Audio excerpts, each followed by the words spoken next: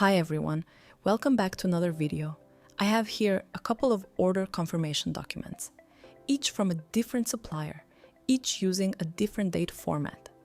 Entering such inconsistent date formats into an ERP system won't work because the system can't interpret or process them correctly. That's why in this tutorial, I will show you an easy way to deal with all the different date formats suppliers use. Let's get right into it. Once in the Nordoon app, you can choose a pre-built template for confirmation orders.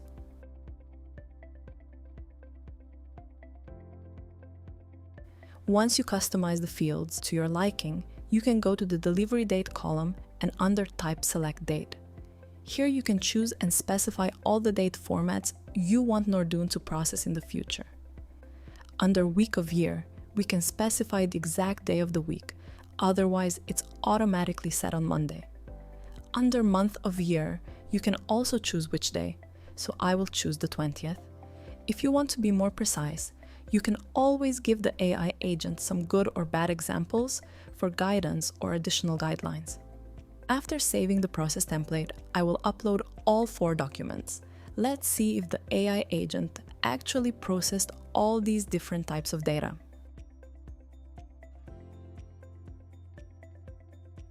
Now let's go over documents one by one.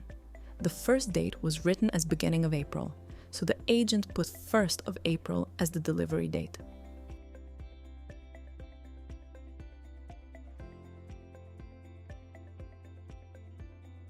The normal date was also recognized.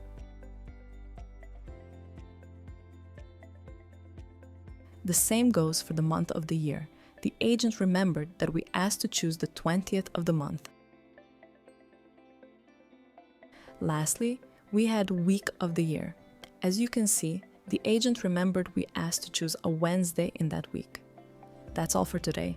Test it yourself to see how this works. If you have any questions, please leave them in the comment section below. Don't forget to subscribe, and I'll be seeing you in the next video.